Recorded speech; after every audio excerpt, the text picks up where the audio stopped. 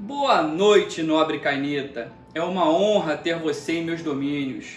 Eu sou Rodrigo Marajá e esse é o Alpha RPG, canal focado em Vampiro, a Idade das Trevas, primeira edição. Então, galera, no vídeo de hoje a gente vai continuar a nossa análise do livro básico de regras de Vampire the Dark Age. Nós já fizemos uma breve análise do prefácio, trazendo aquela história, aquela carta de Buquefos, e hoje a gente vai adentrar no capítulo 1.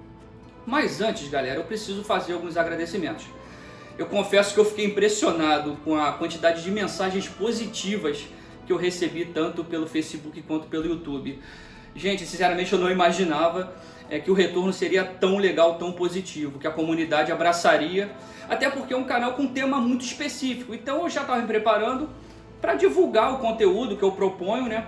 Mas por ser um tema tão específico, tão direcionado, né, que é só a parte de Vampire, porém medieval, o retorno seria uma coisa mais calma. E pelo contrário, foi algo bem caloroso e eu tô muito feliz. Então eu queria agradecer aqui algumas pessoas, tá? Eu queria agradecer primeiramente, mandar um forte abraço pro Rô Amadeu. Pô, o cara é fera, o canal dele tá fazendo sucesso, Segredos de Narrador. Pô, e o cara tá me apoiando, mandou mensagem positiva, vibrações positivas, pô, fiquei muito honrado, cara. Queria agradecer também ao Cristiano Cristo, do Crônicas da Meia-Noite. Queria agradecer a galera do RPG Brasil, cara, lá do Storycast. Pô, os caras são fera, estão me apoiando. O Rock, lá do World of Darkness, da Idade das Trevas, né, no Facebook, gente finíssima, tá? A Ferdes, lá do BSB by Night, de Brasília também. Canal no YouTube também, pô, maneiríssimo, tá? Mandar um abraço pra galera do Magic, cara. Pô, pra quem não sabe, eu jogo Magic há bastante tempo. Jogo praticamente só o Legacy, né, do Magic. A gente tem um grupo chamado Alpha Legacy RJ também no Facebook. Pô, a galera de lá também, pô, me deu um maior apoio. Eu não sabia a quantidade de jogadores de Magic que também adoravam RPG, cara. Foi uma surpresa pra mim, tô feliz pra cacete, tá? Eu queria também, pô, deixar aqui o registro dos criadores de conteúdo que eu admiro, cara. Pô, os caras que eu também curto o canal, são os caras que, pô, eu admiro bastante, né? Provavelmente eles nem fazem ideia que eu criei o canal, né? Eu tô apenas começando, esse, na verdade, é o terceiro vídeo que a gente tá postando no YouTube. E eu queria deixar um forte abraço pro Elba, do Fazendo Nerdice, pô, o cara também formidável, criador de conteúdo também. Queria deixar um abraço pro pessoal do Casa Velha RPG, lá com o Diego, com o Shimu. Pessoal do Pensando RPG, Leonardo Chaba, também, pô, o cara manja muito de RPG. A galera do Narrador de RPG, lá o Felipe Daen também, pô, o cara é fera demais, né? Se parar pra ouvir o Felipe falando de RPG, de conteúdo, pô, é uma aula, uma verdadeira aula. Também eu curto muito o Beholder TV.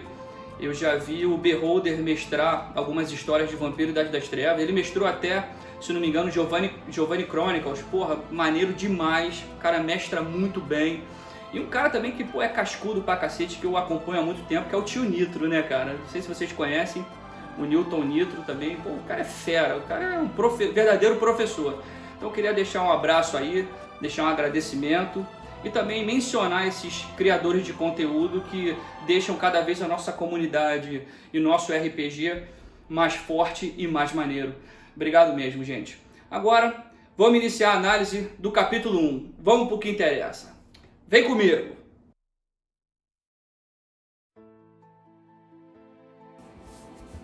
Então, galera, o capítulo 1 é a introdução. Ele fala sobre a ambientação do jogo, que se passa na Europa medieval, no século XII, o que o narrador deve fazer para poder guiar as cenas, contar a história de maneira bem criativa e bem realista.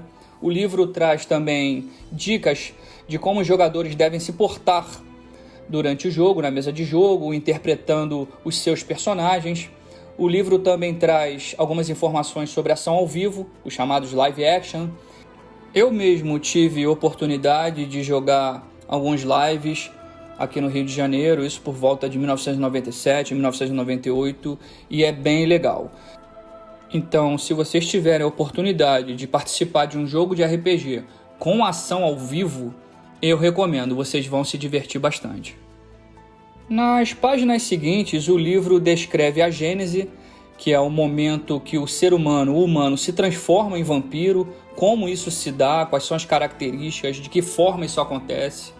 O livro também traz informações sobre a fome, que é a sede de sangue, muitas das vezes implacável, que pode tomar conta e tomar o controle do corpo do vampiro. Muitas das vezes só ver uma gota de sangue ou sentir o cheiro de sangue já pode tornar o vampiro uma besta incontrolável. E falando sobre besta, esse é outro aspecto que o livro aborda, o quanto os vampiros devem tomar cuidado em não se tornar totalmente bestiais, em perder completamente a sua humanidade. Então esse também é um aspecto que muitas das vezes aflora no personagem e muitas das vezes ele não consegue se controlar, seja por medo do fogo, ou por medo do sol, ou realmente ao ver ou sentir o gosto de sangue, o cheiro de sangue. Isso é um aspecto muito importante também do personagem. Nas páginas seguintes, o livro traz informações sobre a Sociedade da Noite. Ele até menciona que uma cidade, por exemplo, com 10 mil mortais, essa cidade pode ter pelo menos uma dúzia de vampiros residentes. E os vilarejos, os vizinhos, mais pelo menos uns 6, uma meia dúzia aí de vampiros também nesse domínio. O livro fala sobre a relação dos vampiros com os mortais, né, na época da Idade Média. Poucas pessoas saem à noite, esse é o problema. Nessa época as pessoas acordam muito cedo para trabalhar e acabam indo dormir também assim logo após o sol se pôr. Então as ruas ficam bem desertas, são muito mal iluminadas. Nessa época não existia energia elétrica, então as ruas, as casas eram iluminadas por tochas e velas. O livro também traz informações bem breves sobre os 13 clãs que compõem a estrutura do jogo em si. E ele traz informações sobre como esses vampiros falam, quais são os termos utilizados, ele chama de glossário, e ele traz exemplos do vocabulário comum, os termos mais comuns usados pelos vampiros, e traz um vocabulário mais antigo, que são termos especiais, específicos, utilizados pelos anciões, né? E aí na página seguinte, finalizando o capítulo 1, o livro traz algumas referências de cinema e televisão que podem servir para inspirar as suas histórias e inspirar o seu jogo. Realmente o capítulo 1 é um capítulo bem curto, e aí ele inicia já o capítulo 2, que traz informações sobre a Idade das Trevas, o mundo das trevas medieval, como é conhecido, que é o período entre a queda do Império Romano e o começo do Renascimento. O livro traz informações sobre as gerações, como é que começa essa história de vampiro, que começa nos primórdios de Adão e Eva, onde Caim, teoricamente, é o primeiro assassino bíblico por ter matado seu irmão Abel.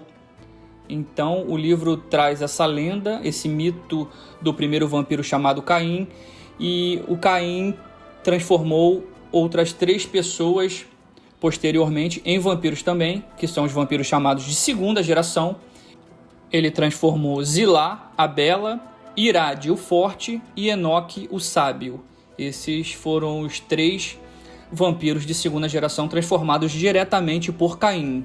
Esses vampiros de segunda geração também criaram outros vampiros que são chamados antediluvianos, são os vampiros de terceira geração. O próprio livro traz Lúthien como antediluviano La Sombra e Meket como antediluviano Tzimice. Depois o livro passa a mencionar os vampiros chamados Matusaléns, que são de quarta e quinta gerações. Depois passa para a sexta e sétima, que são os anciões. Oitava e nona, que são os Ancila, que são aqueles vampiros que não são tão novos, mas também ainda não são anciões. Décima e 11ª, que são os Neófitos. E o livro também menciona a 12ª geração, dizendo que é muito raro, pouquíssimos vampiros pertencem a essa geração, mas pode existir. Na verdade, no livro, quando você começa a criação do seu personagem, o seu personagem inicia com 12ª geração, podendo ser modificada quando você escolhe o antecedente geração. Dessa forma, você pode iniciar o seu personagem com uma geração um pouco mais baixa. Em seguida, o livro traz informações sobre como os vampiros se organizam. Ele traz informações sobre o príncipe, o que é um príncipe. Geralmente é o príncipe é o vampiro mais velho da cidade, mas pode até acontecer realmente do vampiro mais velho deixar sua cria como seu sucessor, como comandante do domínio da cidade, né? Os poderes do príncipe são vários. Quem comanda o domínio pode convocar uma caçada de sangue contra algum vampiro que tenha feito alguma coisa de errado. Então a caçada de sangue é uma punição bem extrema, onde todos os outros vampiros do domínio devem caçar e matar esse vampiro que cometeu um ato que deve ser punido. O príncipe também determina quem é o senescal, e muitas vezes o senescal é conhecido como xerife. Eu acho que em A Máscara é chamado de xerife, se não me engano, mas na Idade das Trevas ele é chamado de senescal, que é o cara que põe ordem na cidade, como se fosse o segurança. O príncipe também é responsável por autorizar a criação de novos vampiros ou carniçais, e o príncipe deve comandar o seu domínio, né, a sua cidade, de acordo com as 6 tradições, e são essas 6 tradições que controlam e organizam a sociedade vampírica na Idade Média. As 6 tradições são bem diferentes das 6 tradições de Vampiro à Máscara, tá? Em Vampiro à Idade das Trevas, a primeira tradição é o legado, onde diz que você não pode tentar retornar à sua condição inicial, isso é, você tentar voltar a ser um ser humano normal, isso é um pecado, isso é uma quebra de tradição, a tradição do legado. A segunda tradição fala sobre a destruição, que um vampiro não pode matar outro vampiro, principalmente se for mais velho que ele. A terceira tradição é a progenie, onde diz aquilo que nós falamos agora há pouco, que você só pode transformar outra pessoa em vampiro com autorização. A quarta tradição é a responsabilidade, que a partir do momento que você tem autorização para transformar alguém em vampiro, essa sua cria é de tua responsabilidade até que ela seja reconhecida pelo príncipe e possa atuar livremente e responsável pelos próprios atos. A quinta tradição é o domínio, que trata exatamente de que o teu domínio, dentro do teu domínio, as pessoas, os vampiros devem te respeitar. No teu domínio você deve ser respeitado, é uma área que você controla. E a sexta tradição é o silêncio do sangue, onde diz que você não deve revelar para alguém que não seja vampiro a sua verdadeira natureza. Essas 6 tradições, elas são bem legais, elas servem realmente de plot, de enredo para várias aventuras que você venha a narrar ou jogar com seus amigos.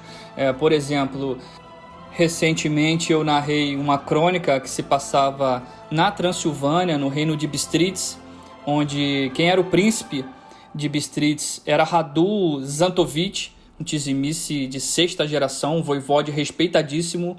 E num determinado momento da aventura, 2 jogadores, os personagens estavam numa taverna e o Assamita começou a interrogar um mortal que tinha uma determinada informação. Então ele sugou o sangue do mortal, ele agrediu, ele feriu com a adaga o cara, e o cara estava perdendo muito sangue. Naquele desmaia, acorda. E num determinado momento eu falei para ele, o cara apagou. E ele, numa de querer reanimar, né, o humano para continuar o interrogatório, ele foi e deu o seu sangue para ele, para poder reanimar esse humano que estava apagado. E na sequência aconteceu algumas situações estranhas na taverna e eles precisaram ir embora. E na verdade esse humano tinha morrido. Ele sangrou tanto, o Assamita tomou tanto sangue dele que no determinado momento ele morreu. E na hora que o Assamita deu o sangue a fim de reanimá-lo, na verdade ele estava transformando o humano em vampiro. Então foi uma situação muito, muito inusitada. O próprio Assamita foi embora da taverna, o humano se transformou em vampiro, despertou, assassinou a própria esposa que estava na taverna também, assassinou o taverneiro, e provavelmente esse vampiro vai se tornar um caitife. E para as próximas aventuras, provavelmente esse cara vai aparecer, né? E o Assamita, que transformou sem querer esse humano, vai ter que arcar com a responsabilidade na cidade, né? Junto ao príncipe. Então, para vocês verem como as tradições são realmente bem importantes, né? Para uma aventura. Nos próximos vídeos eu pretendo trazer alguns trechos de situações que aconteceram nessa crônica, né? Que eu narrei, foram 10 capítulos, na verdade, foi bem legal. Eu tive como jogadores que participaram dessa aventura 6 amigos, que são bem próximos. O Fernando, que interpretou um seguidor de Sete, chamado Christopher Jamal. O Vitor interpretou o Jacques Montserrat, que foi esse assamita da qual a gente falou agora há pouco, que transformou sem querer um ser humano em vampiro. A gente teve também o Tássio, que interpretou muito bem Geshir Teyapa, um gangrel bem selvagem. Ele teve tanto frenzy, mas tanto frenzy, que ele estava cheio de característica animalesca. Foi legal pra caramba. O nosso amigo Bruno também interpretou um Ventru chamado Friedrich Wilhelm. Interpretou muito bem o Ventru. O Sérgio jogou com a Zemina Dente Verde, uma Nosferatu também, bruxa maneiraça que morava na floresta. E por último, o Sandro, nosso amigo de São Paulo, que jogou com a gente e interpretou o Thomas Brook, um Tizimice também, assim como o Príncipe Radu. Então, nos próximos vídeos eu devo trazer alguns trechos, de repente algum resumo de como foram esses 10 capítulos, que de repente possa servir de inspiração para vocês também incluírem algumas cenas nas aventuras de vocês. Então, galera, a gente vai parar por aqui, tá? No próximo vídeo a gente vai continuar o capítulo 2, trazendo informações das seitas. Na Idade Média ainda não existia Camarilla, não existia Sabá. Nós tínhamos outras seitas. O livro traz 6 seitas, como Inconos, Furiosos, a Ordem das Cinzas Amargas, os Autarcas, os Prometeanos e a Manus Nigrum. E a gente vai ver cada uma dessas no próximo vídeo. Espero que vocês tenham gostado. Então não esqueçam, por favor, se inscrevam no canal, deixem seu like, tá? Ative o sininho de notificações e a gente se vê no próximo vídeo. Valeu, galera, um abraço, fui!